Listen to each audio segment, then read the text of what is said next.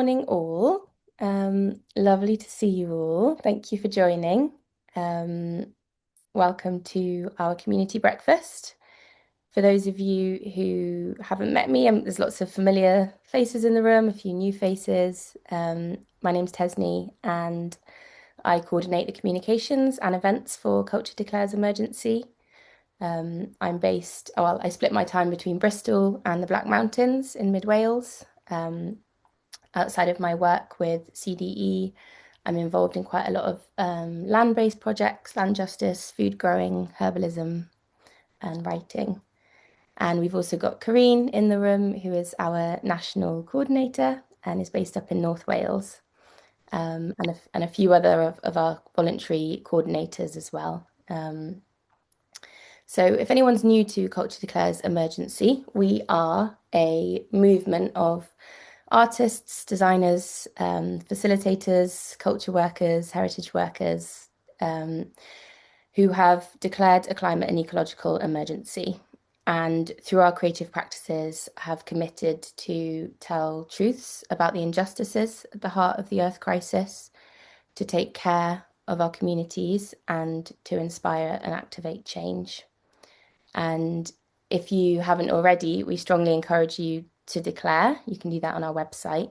So we have a really powerful collective declaration, which you can sign up to, but you can also adapt and amend the declaration to suit you in your practice and your context. And we've got quite a lot of resources on our website to support you in this journey of declaration. But really, and I mentioned our sort of three core values are truth-telling, caretaking, and change-making. And what we're really focusing on this year is caretaking. And that is about these breakfast gatherings. It's about supporting each other, about building a really caring community that makes us feel supported and resources us as creatives, as artists, to then go out into the world and do the truth telling and the change making. But until we have that real sense of care at the core, it's pretty hard to go out and do that work. So these breakfasts, we alternate between a themed breakfast, which we've got today, where we invite artists, speakers to come and share a little bit about their work, and we unpack a particular theme together. And then every other month we hold an open space, which is just a no agenda, come along, share a little bit about your work, get to know each other.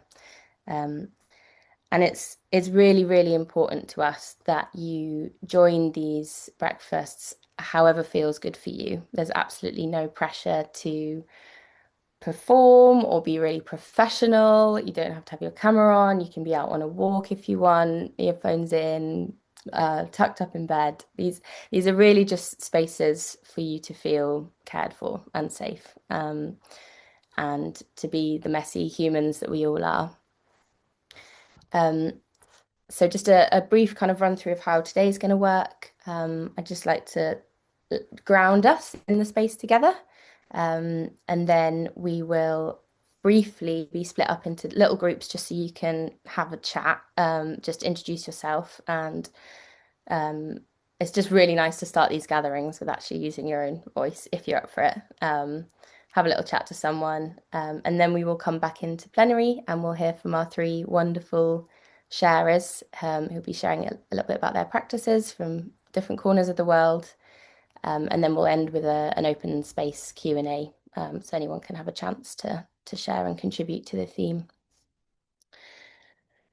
So before we get going, let's arrive. And if you feel like it, have a little stretch, move your body, move your shoulders, move your arms. Maybe you've already been out today and moving, or maybe you've just got out of bed. Maybe you've been sat at your desk for a little bit too long already. So yeah, just getting comfy, landing, arriving. And if you feel comfortable doing so, I invite you to gently close your eyes for a moment and just settle into your body, into the space that you're in.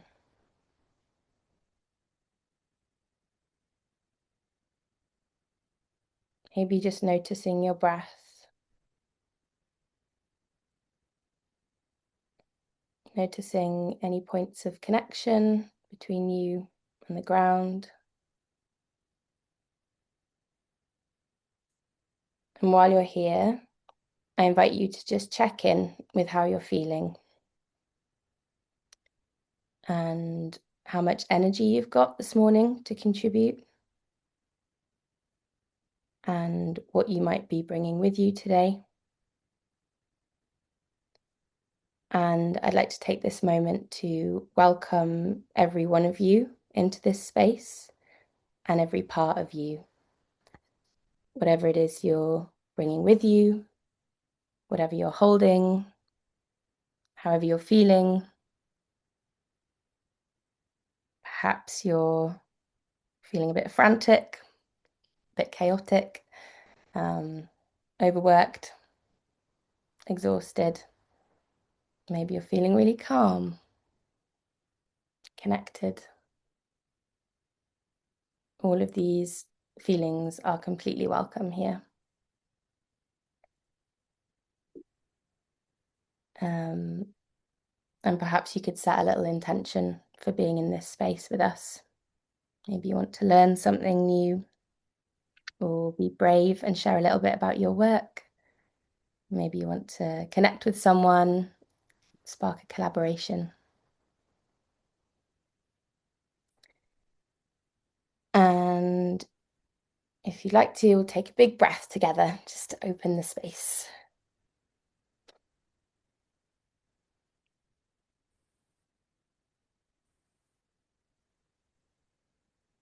Amazing.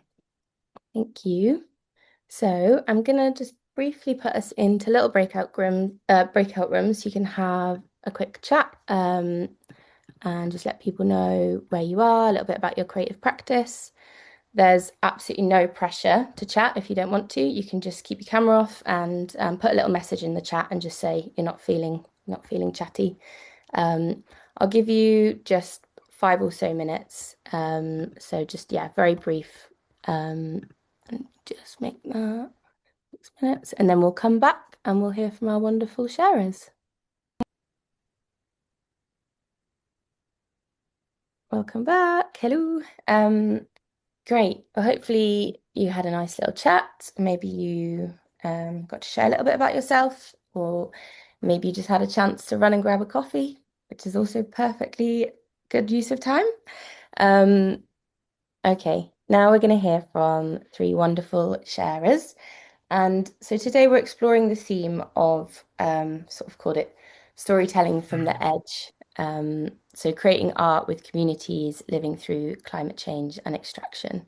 We've got some brilliant practices from different corners of the earth and different creative mediums, but really exploring the role and power of art in deeply connecting with the lived realities of climate change and extraction and kind of meaningfully communicating these experiences to the wider world, and the kind of sensitivities and complexities in working with communities in these places. And we're first going to hear from Eve. So when you're ready, Eve, over to you. Thank you, Tesney, and it's so nice to be here with all of you today. So I appreciate you guys allowing me time to share about my practice and my project. As Tesney said, my name is Eve, surname is Mosher, and I've been working with communities on the edge for almost over 20 years at this point, working with communities facing climate issues and sometimes opportunities, but more often issues than not. Using creativity as a lens through which to tackle complex problems. So I'm here today to share a little bit about a project called Sea Change, which is a project that was initiated by Culture for Climate Scotland. And I am based up on the northeast coast of Scotland in a wee fishing village called Gurdon. And I'm working with the community of Montrose. There is another artist named Gabby Morris who is also working on Sea Change project up in Buckie, which is on the north coast in Moray. And the project is a partnership with Nature Scot and the Marine Directorate. So in some ways, it's really nice to actually have a way in to talk to folks who sort of hold power. And then we have local partners in each community, and quite varied. The Bucky community, there's an arts partner. In Montrose, we've got sort of community trust and climate partner. So a variety of different partners working on the project. But I thought I would share with you guys a little bit of the context and the complexity of the work that's happening in Montrose right now. So I'm going to share my screen and start with this is just a quick image of an installation that I did in partnership with let me make it play, with Angus Climate Hub last year, and we were just kind of prototyping how this specific aspect of the project might unfold over time. So this is a line of 32 flags. The flags themselves have the kind of marks that are representing the coastal erosion in Montrose. Montrose is facing quite remarkable coastal erosion, and you can see these flags are placed where the coastline was in 2020, and in 5 years it has retreated 20 meters. And actually, even now, if we were to go out this past January, we were in that pocket that just had sort of epidemic rain, and the storm is just unbelievable. The storm from in the sea is just sort of really remarkable, and the coast has even changed from what we were seeing in this video. And it's not just the erosion inland, it's also the dropping of the beach levels. The beach levels in January alone dropped by over 2 meters. So there's just kind of, they've got the coastal erosion. You've also got, I'm not showing here, but there's also really bad flooding. There's a sort of medium risk of flooding coming from the river side. So there's a basin on one side, there's the coast on the other, and there's a river that divides the two communities that kind of comprise Montrose, which is Montrose and Farringdon. And then we have sort of, let's see, I'm going to stop sharing this and start sharing a different image. We have this added complexity of the extraction that was mentioned. So this poster I just saw this morning in the train station as I was getting on the train to come down to Edinburgh. So Angus, which is the council in which Montrose is located, and Aberdeenshire and Moray and the Highlands are all being basically just kind of sold off to massive solar farms and huge battery storage and giant pylons.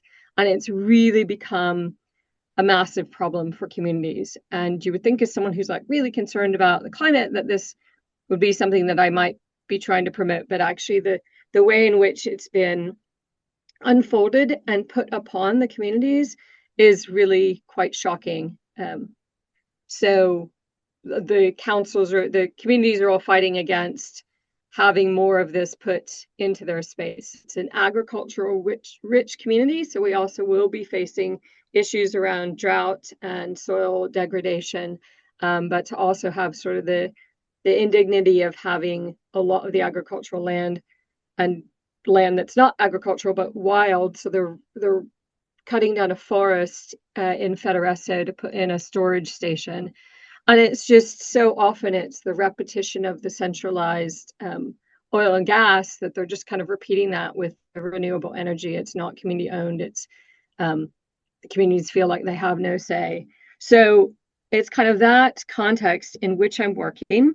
It is a 2-year-long project. I've just finished my first of 4 what I'm calling imagination labs in a pop-up shop on the high street, which is inviting folks in to be creative. So I've invited a lot of other artists into the work to think about how do we work through this. And I have an artist who's doing a series of 4 gatherings based on the work of Joanna Macy and Rob Hopkins, and sort of like, how do we hold a space for active hope? How do we recognize and grieve that which is lost and also move into a space of action?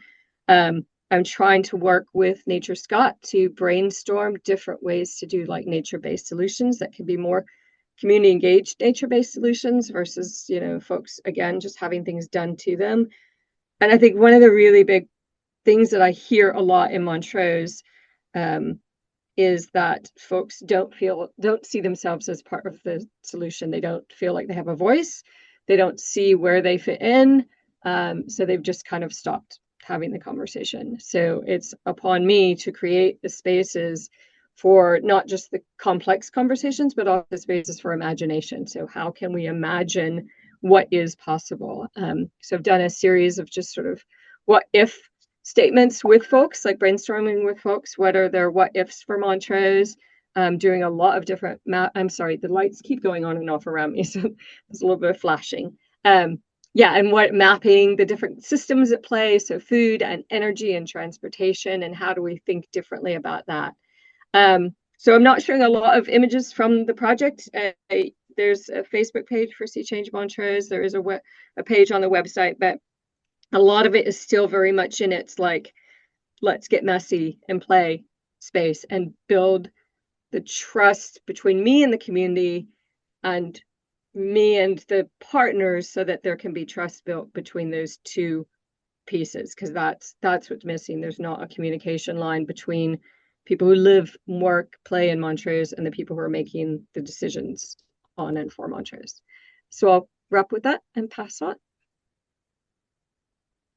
Thanks so much, Eve. It's brilliant to hear. And yeah, thanks for bringing attention to how even, yeah, renewables can just completely replicate the status quo when they're rolled out in these big techno-centric projects. I'm sure people have got questions. We normally hear from all sharers and then we'll just open up. So if you do have questions for Eve, you could pop them in the chat or just save them for when we've got an open space shortly. But thank you for sharing. And Noah, we'd love to hear from you next if you're ready. Yes, I am. Thank you, Eve, for sharing. That was like a really beautiful flow. Um, so my name is Noah. I'm an artist, creative technologist, and um, currently I'm doing my master's research program at the University of Hull, where I'm working on a project that's Gaussian splatting for coastal erosion visualization in VR, and it's sort of centered on the Olderness Coast, which is the fastest eroding shoreline in all of Europe. But today, technology, I'm still trying to figure out how to share. Yeah, you got Yeah, it. can you see my screen? It's loading. Yeah, we've got it. Okay, yeah, so I work across a variety of mediums from game development, film, sound, just interactive visualizations and stuff. And a lot of my research has been centered on, African futures, basically African futurism and ways of thinking and knowing. And also currently, a lot of my work and play has been intersecting, the modern human world, basically how we can live with, the other species we share this planet with. But today I'll be sharing this project. It's titled Ruins of the Present, and it's an art book I created as part of a residency, Starts for Africa, the Starts EU residency. We did this in Dar es Salaam, as part of my collective called Ala Praxis. So we built this 6 foot hourglass to just signify the amount of sand that we're losing. And yeah, but I'll practically talk about the most of the book from my perspective. And so this was a sort of participatory research. What? It might not have been a question. We'll just Oh, I thought that was a carry on. question. So this is a yeah. Uh, so basically, the ruins of the present, and when we sort of think of ruins, we have this generally have this sort of romantic notions to looking at those ruins and maybe seeing it as like this is something from the past. So I was wondering, like, how do we begin to see the ruins we're creating in the present, basically through acts like, extraction, sand mining, oil mining, and all of that, and just thinking about like our material culture, the way we consume the environment, the electronics we use, the plastic, and just the way we study artifacts from past civilizations is technically the way generations from now are going to unearth how we consumed and fragmented narratives of our environment. And that brings me to the topic of sand. And sand is one of the most critical materials of modern civilization, and it's second only to water, and it serves as our literal and figurative foundation. And so this is the image you see on both sides are on a river called Msimbazi. It's in Dar es Salaam, Tanzania. And you can see like the act of sand mining on the right there, and you can see the city right in front of it. Like the scarification of the environment is actually what's creating what you can see in front of it. So just thinking about the cost of these things and the cost of the materials we use. Mhm. And prior to now, like the ancestral ancestors of these locations, for example, they had different ways of relating with the environment. There was a lot of nature relatedness in the way they built, in the way they consumed, in the way they took, in the way they related with the environment. And in modern times, it feels like we've lost it. And I feel like that's also like a sort of problem of time, of temporality. And in many African traditions, religions, and philosophies, time doesn't move in a straight line, past, Mhm. present, future. Time is more relational, is more event-based.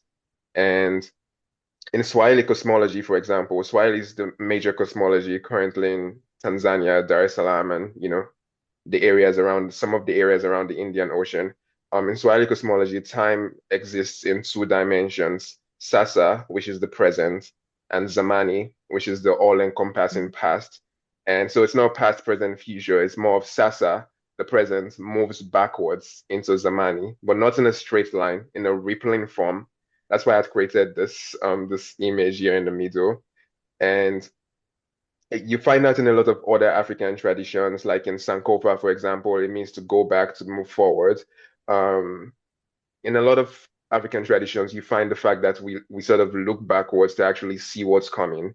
And that's because there's a lot of information there. There's a lot of information in how the ancestors have built, how, their religions have actually shaped the environment because it was more of like a worship of nature or being in tune with nature, depending on where you're from. And so, according to the Swahili philosopher John Mbiti, it says Sasa has a sense of immediacy, nearness, and nowness, and is the period of immediate concern for the people, since that is where or when they exist. What would be future is extremely brief. And that's because, you know, Zamani, which is the all-encompassing past, also contains an implicit futurity, like it contains a future. So the future is actually in the past, and you have to look backwards to go there. Um, yeah, and so that's also brings me to the destruction of the environment also.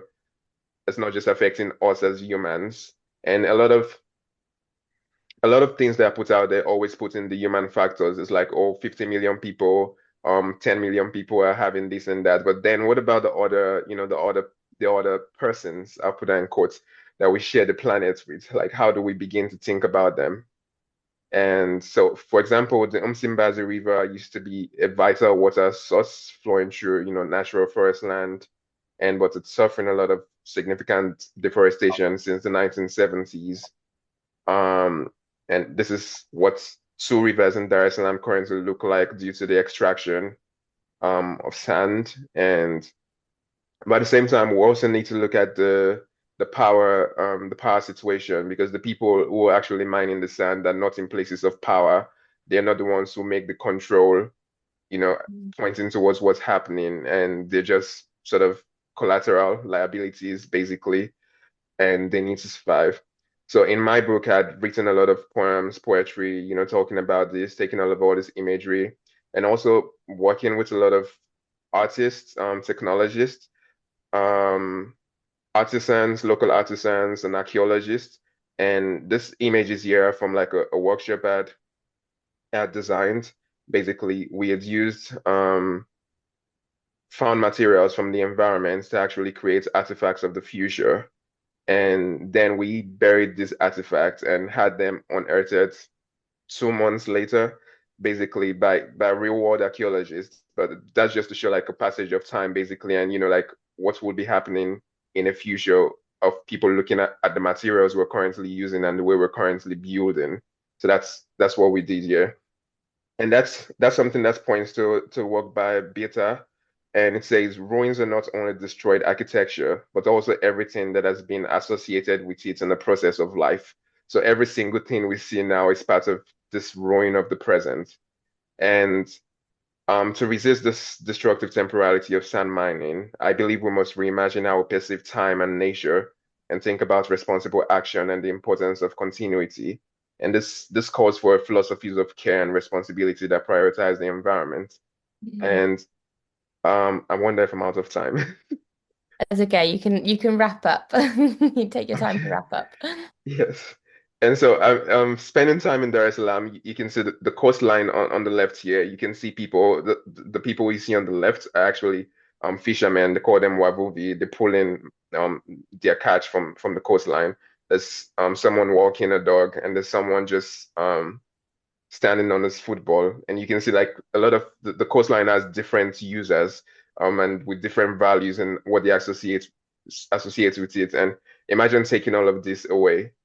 And since sand is such a like vast and ubiquitous material, it's hard to actually imagine that it's vanishing. Like we're running out of usable sand for building. And basically and what it does to, the other beings we share the planet with. And yeah, I think I would like to wrap on this beautiful note with these images of the kids and everyone.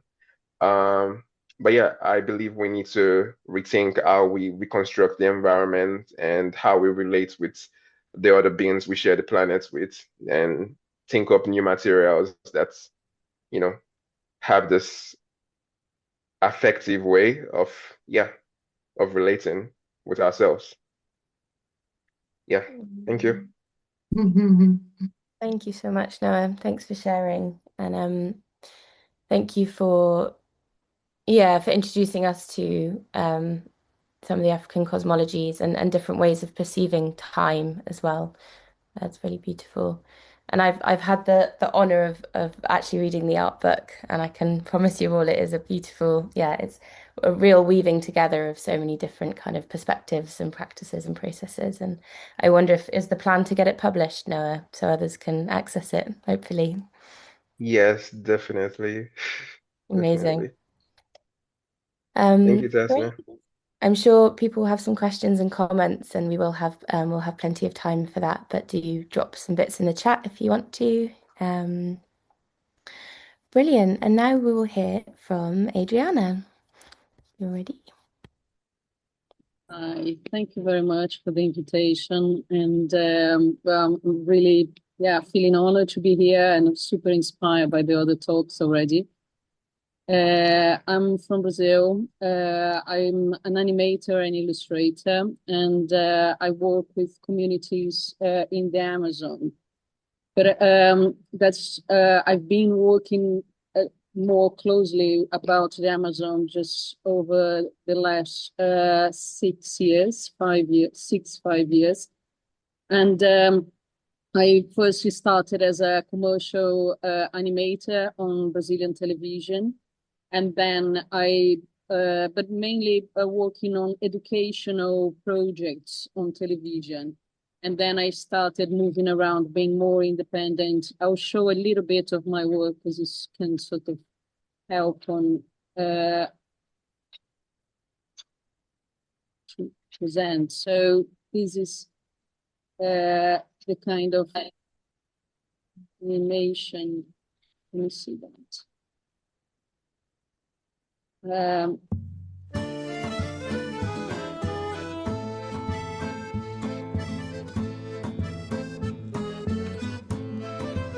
work with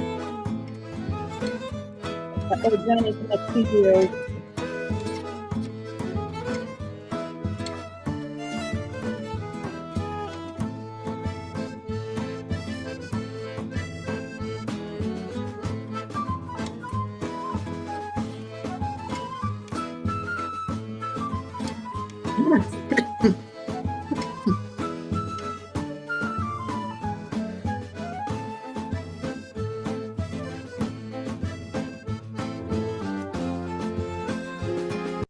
Uh, I just show because that feeds on what I do with the indigenous people. So I was already sort of established as a commercial animator and working for production companies that actually they did have sort of the same commitments with social and environmental issues. I also work with a lot of um,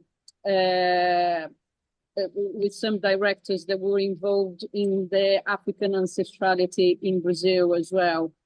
But after lockdown and getting involved in some other projects, I just felt an urge to be more focused on action because from lots of different projects I was involved, I could see because I was involved a lot with science as well, giving voice to science, and they were always connecting with Amazon ancestrality knowledge as well. And I relate very much to what Noah was talking because it's this cosmovision, you know, it's just like a direct link with science as well. And then I decided to focus just on the Amazon. There was a lot of things going on in Brazil during lockdown. We had a strong right-wing government, and with all the experience I had acquired, it was just unbearable to be watching that and just feeling, seeing that just ruining. And it was when I just did a step into, yeah, I'll go completely independent and see how I can sort of join in then. So I start working with a geography teacher here in England. I'll just screen a little bit, and we open a project. We set up a project to. She's a geography teacher, so joining geography knowledge with some Amazon thing and art and everything else. And that was, so that's when I first start working with the Tururu Cariuca indigenous village in the Amazon. I got to know them through a photography teacher, a photographer friend of mine, who did some work there. And I started making a link and mediating and creating art projects that could sort of communicate between the two cultures from the UK and here, and showing different ways of living and giving voice to their way of living. And with that, I started, you know, finding, trying to find ways of non-verbal communication as well. How they could sort of relate and not seeing them just like a curiosity that could sort of illustrate their way of living as being interesting, but actually a way of living that could sort of apply and inspire different ways of being in our sort of Western society. And then here is when I started, you know, that's the sort of classes we were running through the lockdown and even afterwards, everything through Zoom and with kids here just learning about geography and their ways of living. And the way that I found it was through organic materials and through what we call well, sentimental memories. The sentimental brings not a very good word, but it's like the nature that touches your soul. And that is when, you know, they can sort of communicate is just through their memories and relation with nature. And you know, and then through it's not exactly, there was just a few other things that I was gonna say, but I think it would be fine just to sort of move on. And then we managed to sorry, I'm getting a little bit presentations. And then I managed to go finally and visit them. And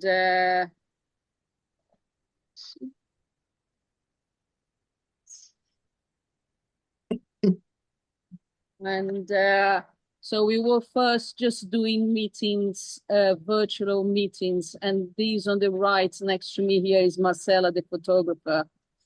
And then I went there, and then is when there is this proper shared knowledge, because it's quite a process to be accepted as a on an indigenous village. You have to build trust, and you have to build commitment, and you have to show that you are engaged on their fight.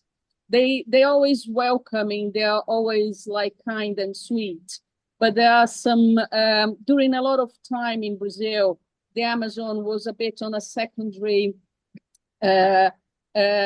stage, being Brazil more developed on the south and on the coast. And it's important to say that 50% of Brazil is Amazon, and of the Amazon rainforest, 60% is in Brazil. So Brazil has a massive, big role to play on protecting it. And that is all this knowledge that I was like feeling I had on, that I just couldn't just keep on doing sort of commercial projects here and there that didn't have a sort of in-depth responsibility on long-term protecting it.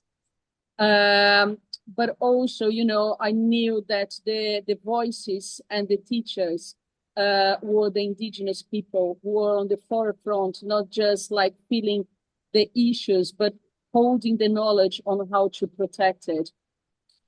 And I had to sort of, through this time, understanding my role as a mediator, not as a teacher.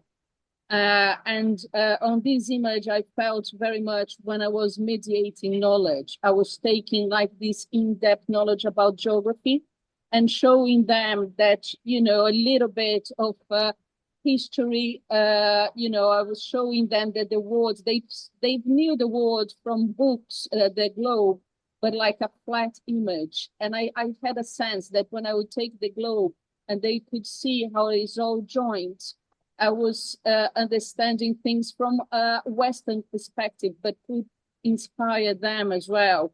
And I showed the Strait of Bering, where, probably it was like the migration from Asia into all the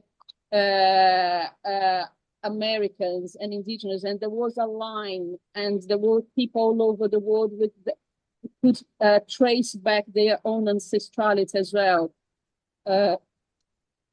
And that was very beautiful. They very much enjoyed that. Oopsie daisy. Sorry. And then they were really grasping to it.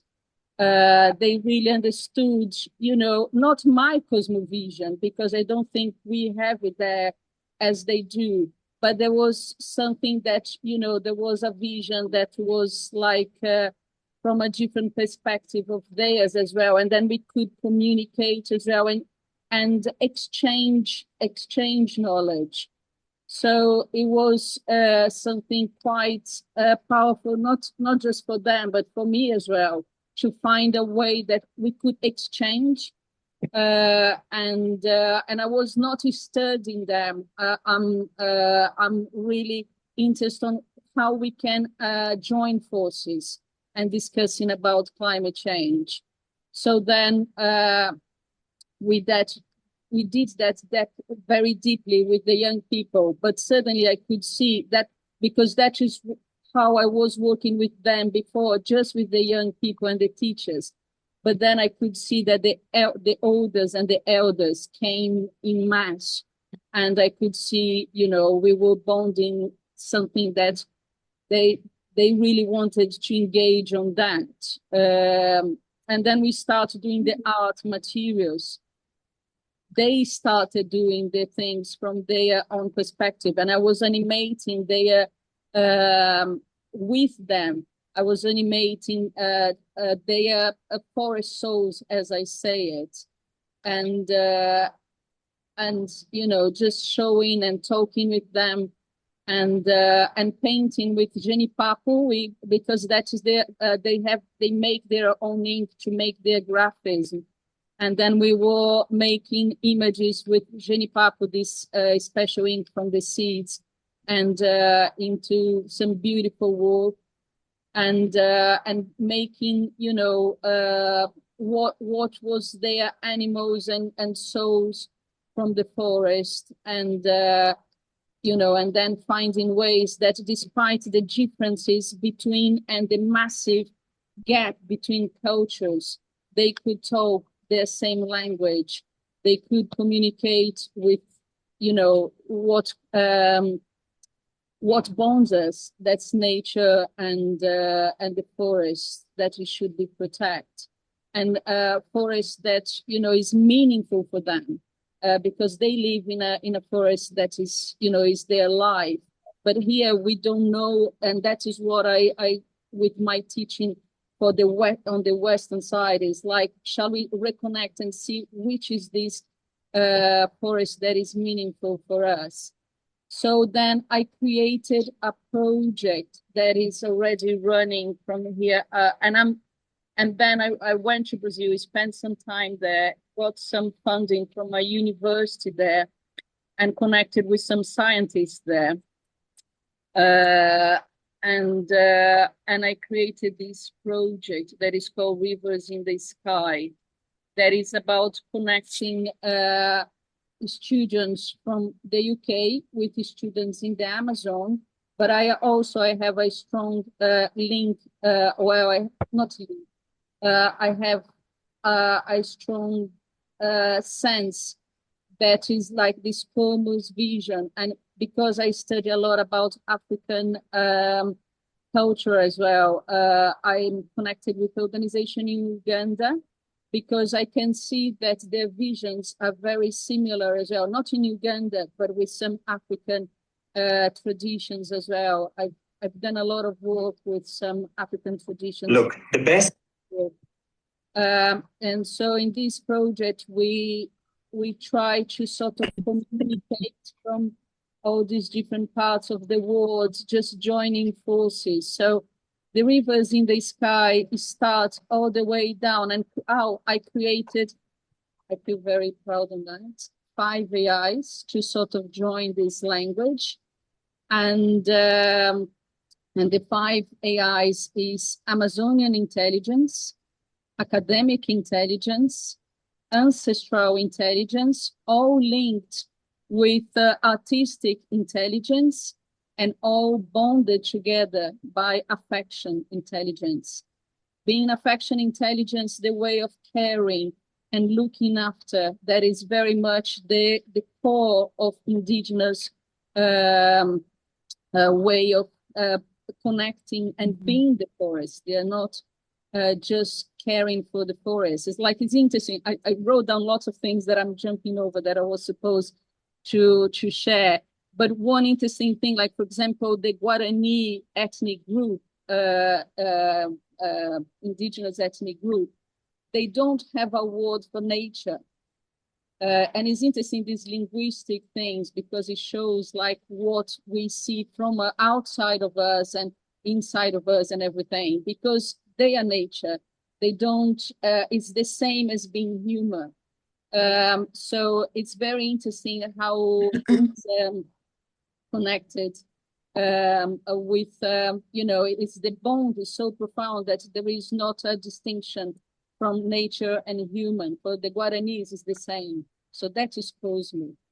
And so I bring that on this River in the Sky project. I start with the 3 AIs, and I go all the way down from when art and science were still bonded together, with the naturalists going to the South American, and how, despite their beauty and importance, I talk about critical thinking, that it's putting some words into things that it's good to acknowledge as well, like appropriation of knowledge, and how indigenous people were not given voice and credibility for the knowledge that the naturalists brought over. But despite that, you know, it's important to say these things, but in a way for us to sort of trace back a way for understanding the importance of each knowledge and how they can work together. And then I break into, you know, understanding that we're made from the same pulse, and that's how indigenous see them, and how we should be seen as. And I go into some exercises. These are exercises I've done with the students in Uganda. Wow. And then I start from the science, because I am strongly connected with science, all the way into understanding very important data about, you know, the carbon dioxide and everything else, and that reforestation can help solving many problems unless it's linked with a reduction in carbon emission. And then I start teaching about like your own path into it. And I go, sorry, onto the science as well, that, and then adding the Amazonian intelligence that is to do with the flying rivers. And it's with some very, very deep science and data involved into it. And then I'm rushing now because I know I have to finish, sorry. I can, you know, talk a little bit more. And then we go all the way into the adding the ancestral knowledge, that it talks exactly about the same sort of things that the science is just proving now, but they knew it all the way along. But they look from the underneath, not from the top. They look from being in the forest, from being forest themselves. And then I talk about reciprocity and all the indigenous science, that it's part of it, because and that created like the biggest forest in the world.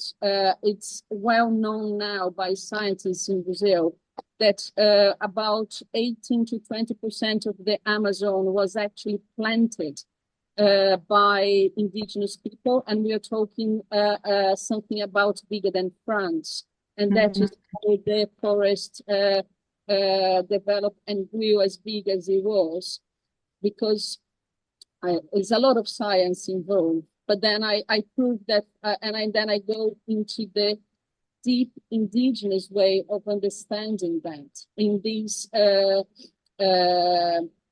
cosmovision as well.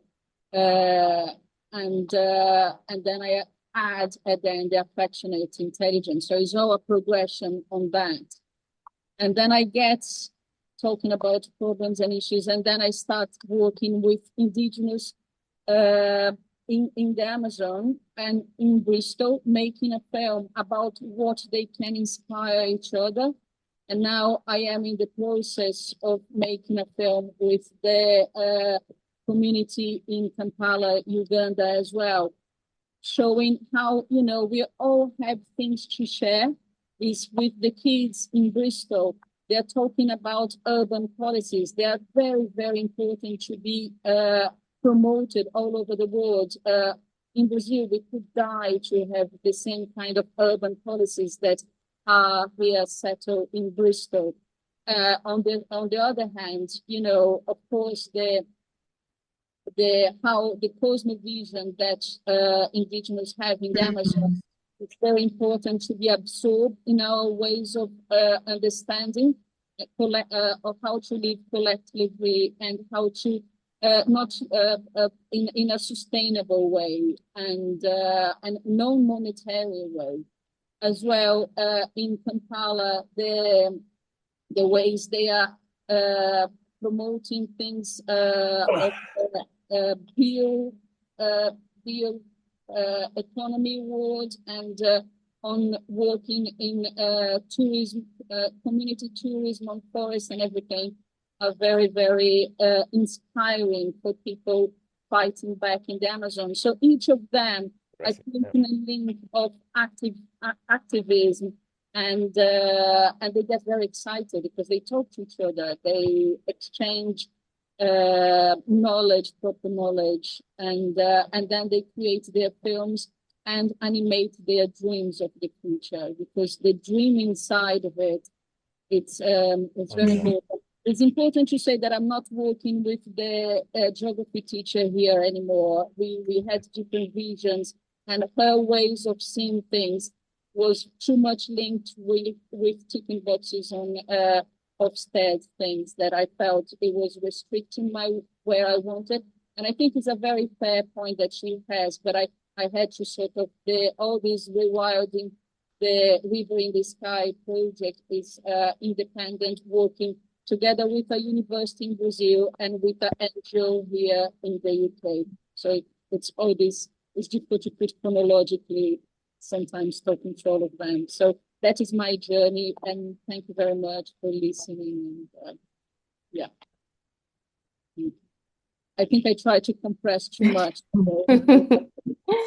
Thank you, Adriana. I know I give people such an impossible task of sharing your journey and your practice in 10 minutes, and it never feels fair, but thank you so much. Yeah, I mean, there's so much richness in that, and I think your work really speaks to the power of art as a connector, how deeply we can connect with people from such different worldviews and lived experiences and places, and you as an artist to be able to mediate that.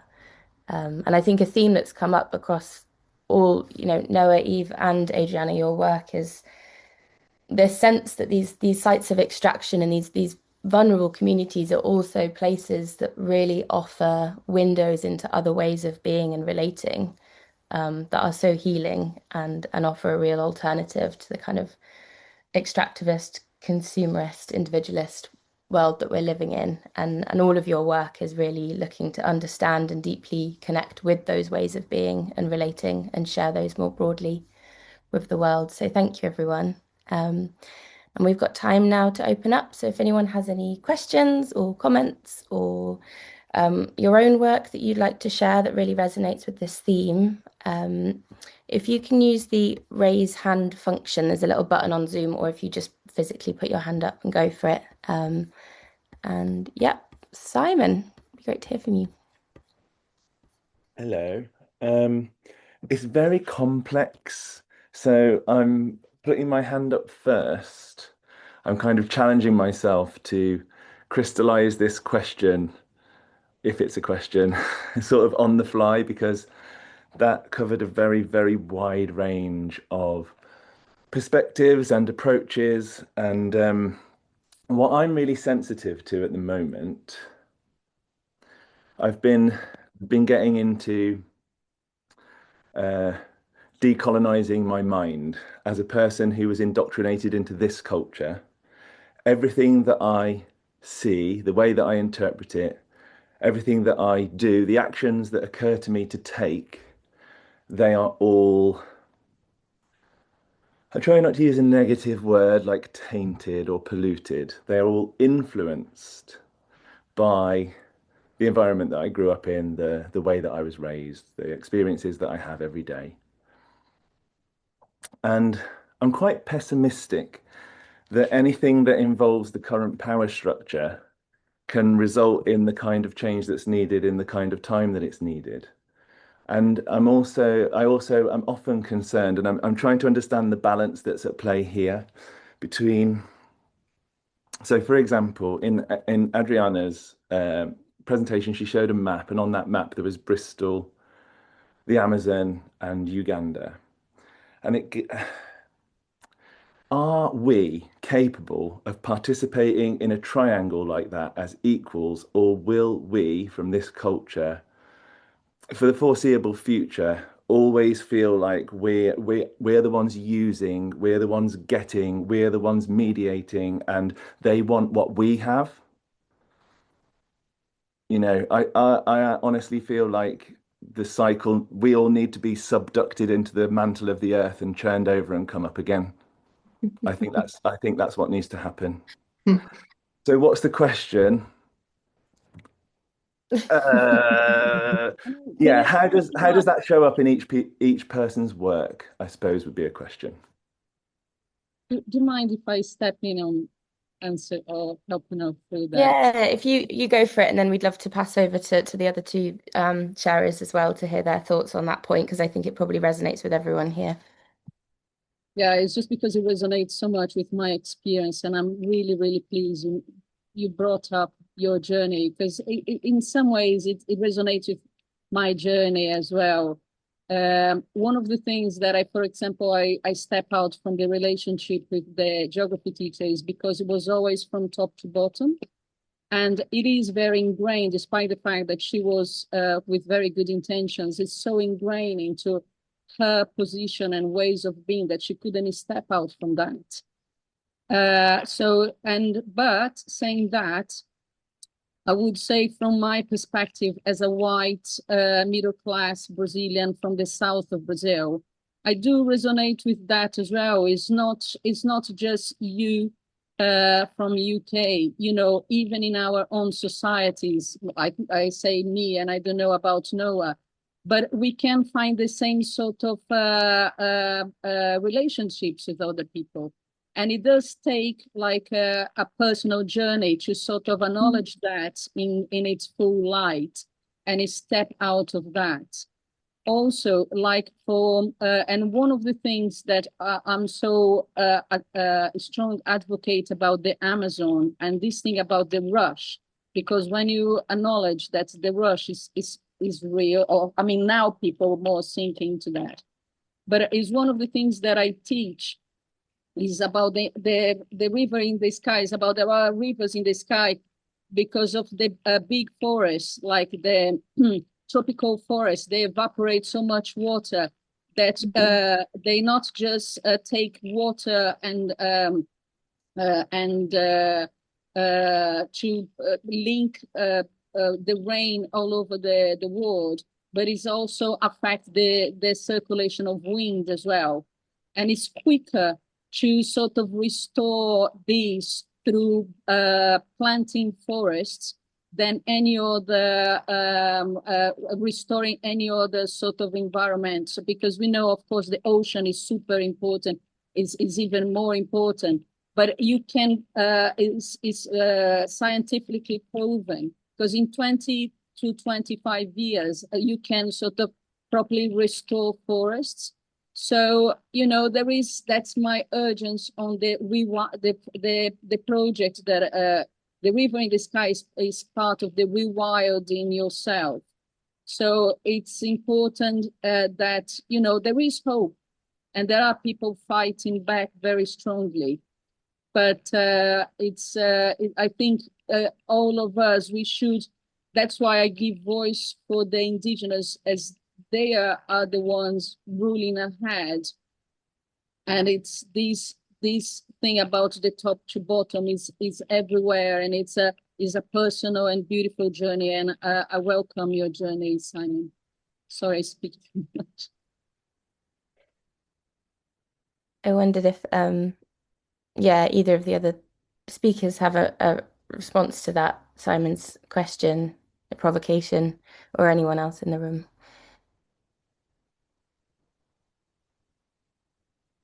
Um,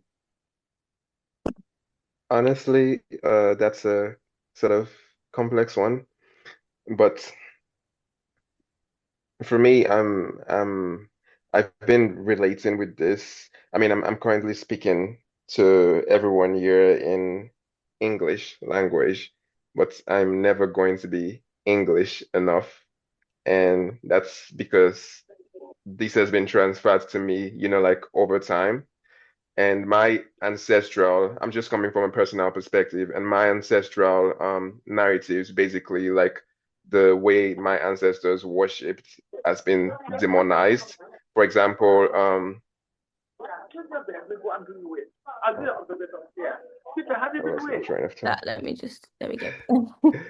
So, for example, I'm sure Adriana must know about the Orisha, for example. There's Eshu, there's Oshun, there's Oya, and the rest of them.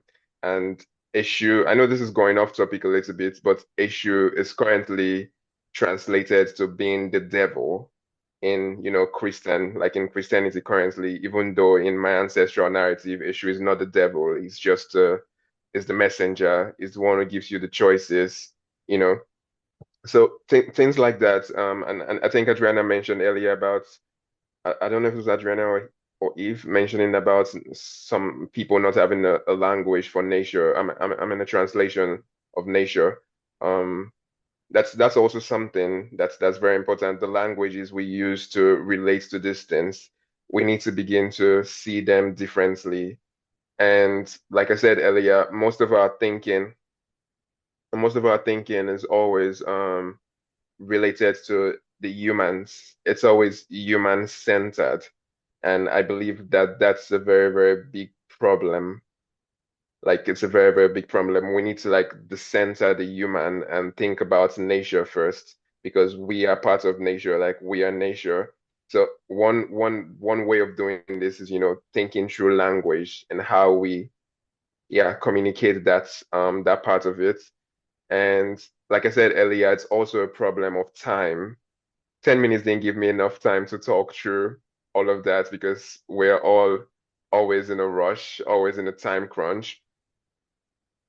And yeah, like I said, time for my ancestors, and I think most of our ancestors' time was very, very event based. It was emotional. It was more emotional time and nothing that had to do with mathematical precision.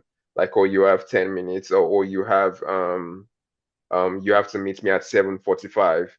It was more like, oh, I'll meet you at sunrise. And sunrise is a stretch of time. It stretches from maybe 6 a.m. to like 9 a.m. because sunrise. So if I'm going to meet you at sunrise, then you have to be there at sunrise. And sunrise, it's a stretch, you know. And um, back in the days, our ancestors used to, they'll farm now and rest later. Like they'll farm now, like, okay, this 3 months, we know it's going to be raining, so let's plant our food and then we rest because harvest time is coming and then we work again. So I believe when the West came over and saw that, I've seen so much in writing saying these ancestors, these people were lazy because they were not always working, like in and out, just working. They were resting, they were lounging because they had planted. So their time thinking was tied to that. So when the yams come, like let's imagine they planted yam 3 months ago or 6 months ago, and they're harvesting, that's a new different type of time. When a kid is born, that's a new different type of time. When someone dies, that's a new different type of time. So time was tied to those events, the natural, or if flooding happens, it's tied to that particular time. But now like this mathematical precision and this, how we see progress, like moving forward, we're going to space, we're going to, all of all those things without thinking about this home we currently are in. We need to decenter the language. I don't know if that's the right word, but we need to rethink the language of how we communicate these things. I feel like that's one way to, I, I don't know the right word. And like you said earlier, like I think someone mentioned in the chat about being inculcated. And funny thing is just the way you're inculcated is the way I am inculcated. Like, this sort of thinking is also passed on to me, and I have to rethink it by looking back, by going back to how nature was related with. I'm not saying like the ancestors or the older people, like from different time, they did the best, but they didn't leave us plastic, you know. The materials they used were different. You can't think of anything that they left in the past that's, causing this chaos that we're currently creating right now. So I feel like we need to look backwards to see what's coming. Wow, thank you, Noah. Really powerful stuff. And yeah, decentering the human and decentering language and really like recognizing the limits of language in our ability to kind of understand and communicate these profound concepts and different ways of being in the world. Language is so limited, but we live in such a kind of language-centric world now. Eve, did you have any reflections in response? Yeah, there's a lot that's been said between Simon's original question, and it's all really fascinating. And thank you also, folks, who contributing to the chat. And Simon, it's interesting when you first started talking about the systems before you put the kind of global spin on it. I was thinking about the fact that, you know, I'm working in my own backyard, I'm working where I live, but there are also systems at play there that feel unchallengeable, but also untenable. So as I mentioned, the sort of power structures that are making decisions around how we transition to net zero. And I think part of the work I'm trying to do is, you know, 2 years on a project to like kind of really evoke some kind of just transitions. It's not just one transition. It seems like it's not long enough. So it's sort of, can I, within the 2 years, put forth different ideas of what's possible and get people thinking for themselves about what might be possible. And a lot of what I do, you know, when you talk about this kind of extractive in a cultural sense, is I spend, the reason I didn't have a lot to show for what's happening with the project is I'm spending time listening. So it's creating space to listen to what people already have and kind of poking and offering, you know, different ways, different perspectives, and kind of really taking the time. I've spent a year just listening to community where I already live. And so I think, you know, while time is against us, it does take time to do this work. And then I kind of had a challenge back to Noah and Adrienne, is like thinking about, I'm such you know, I really think it's important that we use different language and that we decenter the human, that, you know, we talk about non-human species, but I also I find it very difficult when you're working in community for that to resonate with people. You know, I'm working with a community in Northeast Scotland that is mostly folks coming from the oil and gas industry. You know, there's lots of people doing different kinds of labor, lots of people with different kinds of backgrounds. But when we try and use the language that those of us here might be familiar with, it becomes a really real turnoff for working within communities. So, you know, something that was really successful in Montrose is we have the largest population of pink-footed geese that come into the basin every year. And the community really loves it and really celebrates it. And they did a goose fest this year, and it was super popular. But at the same time, that whole prospect separated us from the geese and their migrations and how we live together. So I just think there's complexities in wanting and trying to adopt the non-human, you know, the decentering of the human, the decolonizing of language, and then how we do that when we're working in communities who are not familiar with these kind of conversations. So I don't have an answer. That's kind of a question back to the group, if there are examples, or if people have had success kind of working in that way.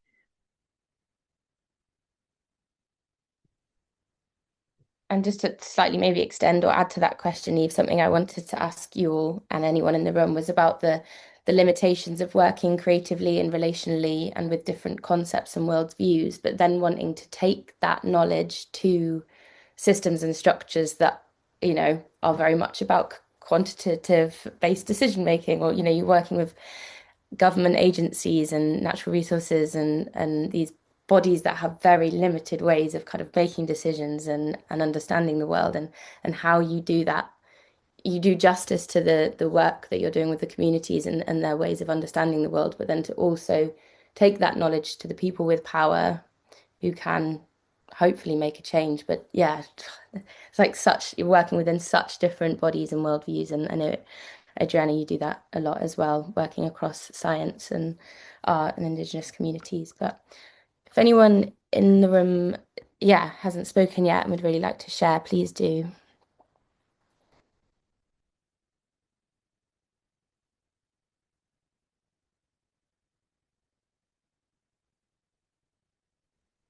Hi, thank you all for showing your work.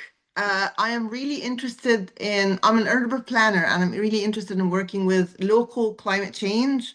So I was wondering, what is the best way to communicate the local knowledge and the local problems into, I mean, the stakeholders to the decision makers? What's it like doing that? And for example, with the Scotland project, Eve, how are you communicating the local concerns to the government?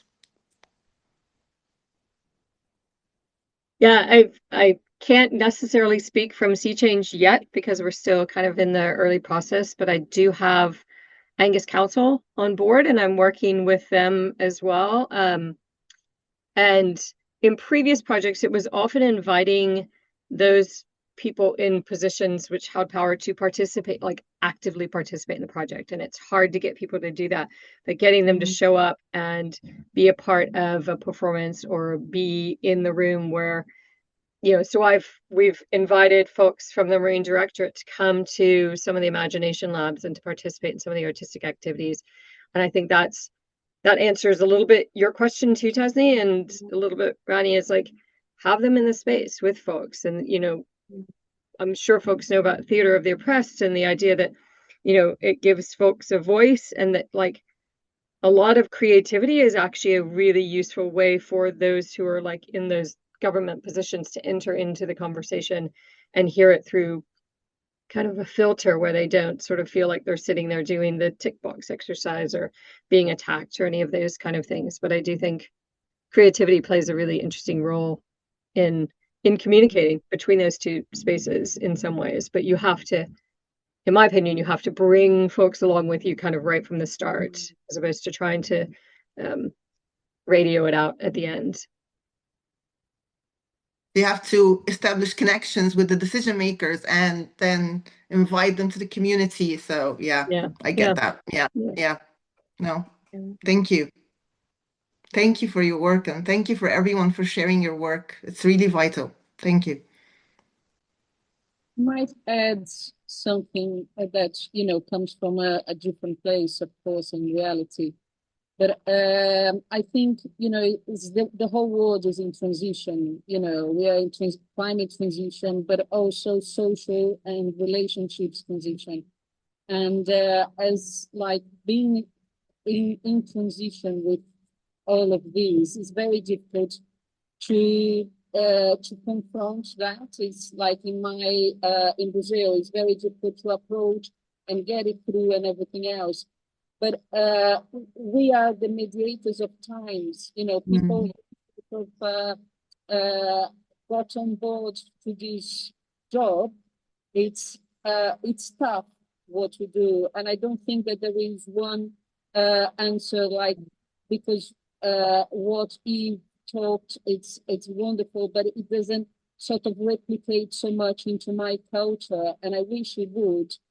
But it's important, the resilience, and it's nice to hear that, because that is, when I hear Eve, I said that is what I aspire in my community. So there is a way, because that's what I see, that the exchanges between cultures are very important, and that's why I get the kids in Bristol to bring up their thing. I said, oh, there is a way, so that's good. So I'm listening to her and saying that's a little bit a journey, but demands a lot of resilience and it's not exactly self-confidence, but a compromise.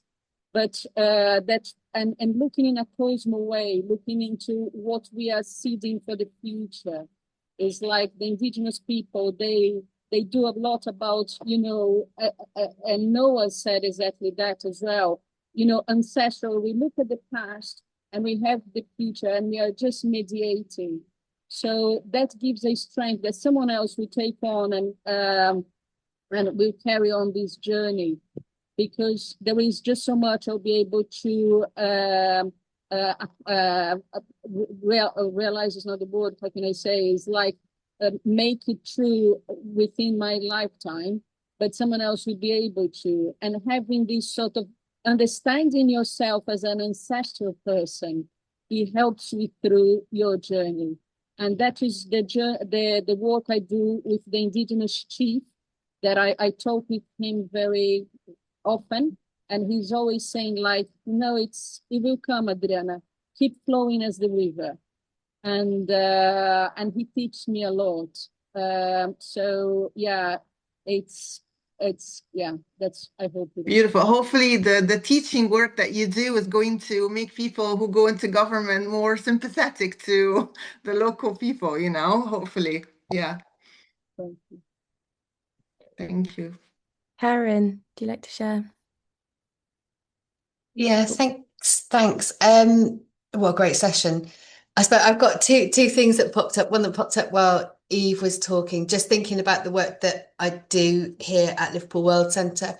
We do quite a lot of work trying to create what we call fourth or even fifth spaces, like using really kind of creative facilitation methods, art of hosting, theatre of the oppressed, kind of drawing on things like philosophy for children. Um, to bring different stakeholders like young people in schools, academics, decision makers, policy makers, but bringing them all together on a kind of level playing field. So the policy makers, if they're coming to stuff we're doing like local councillors or more regional stuff, like they have to sit at the table and be part of the work with the young people. They're not there as experts kind of standing at the front. But I think there's more to do. There's so much more to do in kind of trying to normalize and establish more spaces like that. And it's something that we're really, really interested in doing more of and doing better.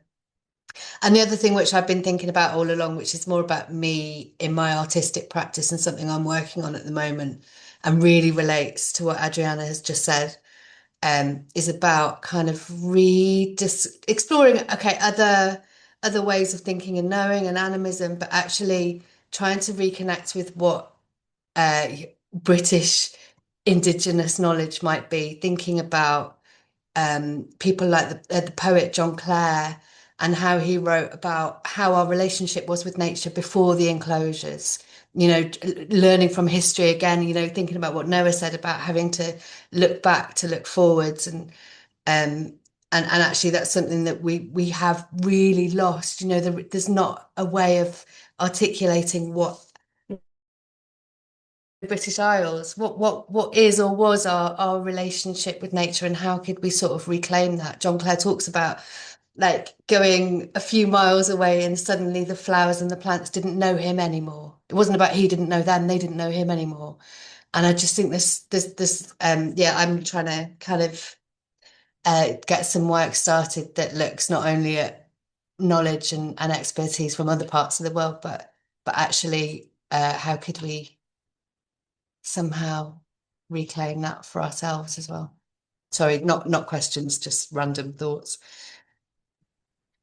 Beautiful. Thank you, Karen. Yeah, I've been on a similar journey. I'm from West Wales and been reconnecting with Celtic culture a lot recently. And I think I mean, particularly around here in the southwest and around Wales where I'm based, there does seem to be this real yearning for like, what is our indigeneity? Like, what is our kind of connection to the land here and our place-based knowledge and how can we kind of learn from communities around the world and also in doing that reconnect with our own sense of belonging. And yeah, thank you for sharing your work with, is it Liverpool World Centre? Yeah, so how we organize. If you could drop a little link to some of that work in the chat, that'd be really interesting. Like how you're all holding space and facilitating creatively. It sounds really interesting. Would anyone else like to share? And there's some incredible resources being shared in the chat. So I will share the transcript of the chat with everyone after this meeting because I can see there's lots of juicy stuff in there. But we've got about 5 minutes left, or maybe 4 minutes, if anyone would like to jump in and share something or a little reflection. Keep it short if possible.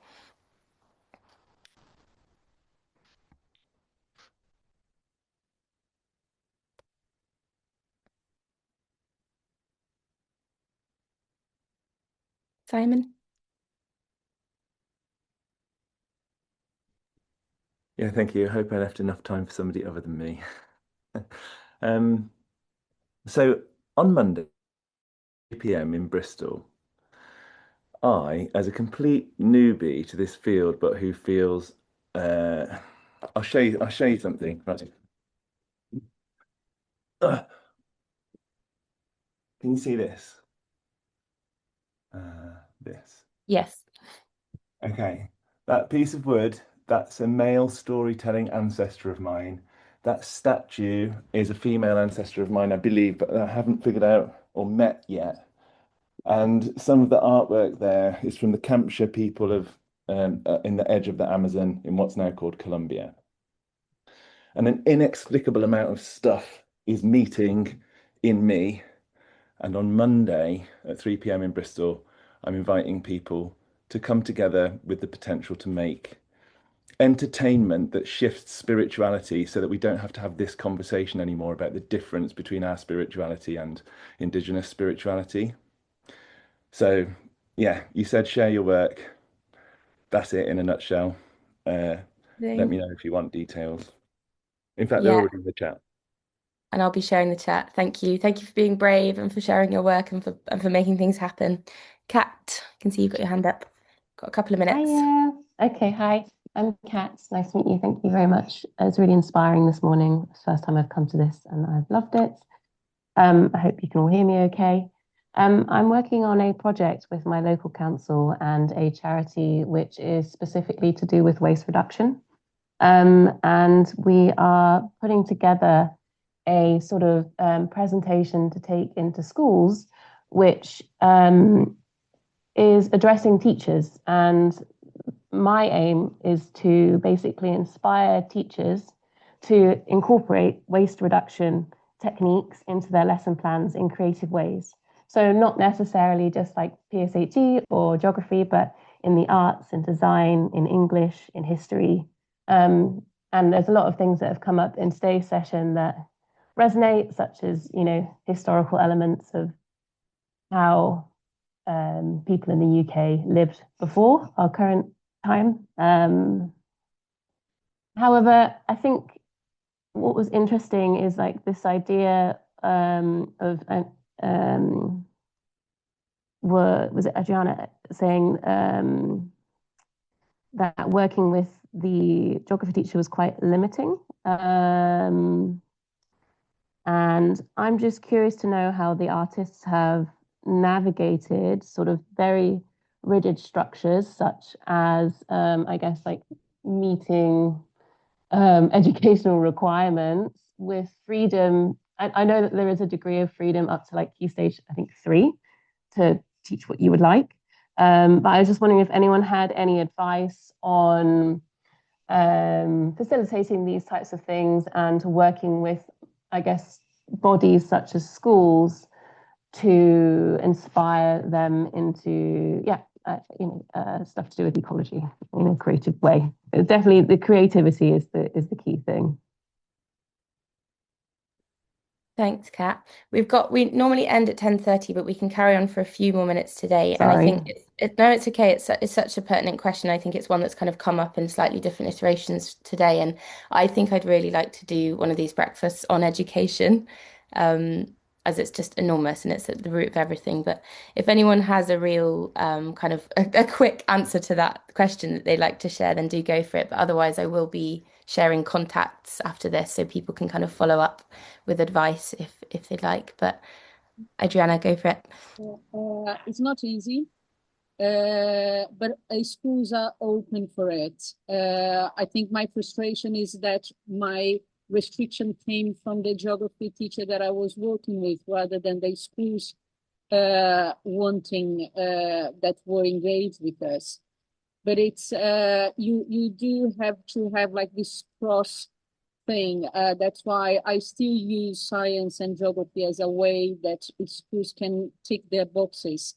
But I found that teachers are quite open and they welcome the opportunity for it. And it's once you tick a little bit of the boxes, they are happy enough for you to sort of engage kids with your own inspirational thing. But there are some ticking boxes that needs to be done. But it's how you navigate these ticking boxes. And that is when, my Brazilian way to navigate it didn't really match the English way of navigating. You have to take a bit of risk. And that's again, that's when I bring back being the mediators, the transitional people. We have to take risks. It's part of it. I got out of my animation job that brought me some stability, and I'm taking risks. It's part of the game. But then you start finding where there are some gaps that you can go through it, but yet there is not a sort of, this is the journey. We are finding the journey as going along. And yeah, good luck on your journey. I'm sure you'll find ways. And Thank you for that response. And if anyone would like to be, I have all of your emails, so if anyone would like to be put in touch with a specific person in this chat, just drop me a little message and I can make that happen. And as I said, I will be sharing the transcript. Kate, did you have your hand up or did it go back down? It went back down in the interest of time, and also because I was trying to remember something for you, Tesney, about something in Wales, but then I couldn't remember what it was. And I think Okay. I'm seeing you another time anyway, so Yeah. I've got time to think about it. I thought I put it to the room to see if anyone else could remember it, but it doesn't matter. It'll Yeah, come up when it needs to. That's yeah. how these things work. Amazing. All right. Well, I think we'll close there. It's been a really beautiful session as always. I'm always completely amazed and overwhelmed by the wisdom in these spaces that everyone brings, and I'm just really grateful to be able to hold these gatherings. So thank you, Noah, Eve, and Adriana, and thank you everyone else that's come and brought your whole selves. It's been really wonderful.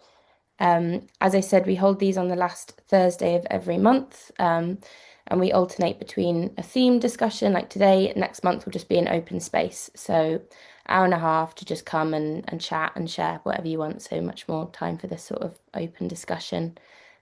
We have a Substack. If you're not signed up to that, I will quickly try and share. Maybe Gabby, can you drop a link in the chat if that's something you're able to do? Thank you. Yeah, sign up to our Substack, and in that we include updates from the community, events that are coming up, and I also try to do a bit of a roundup of opportunities, call outs, residencies that should be relevant for our community. So thank you everyone, and hopefully connect with and see you all another time soon.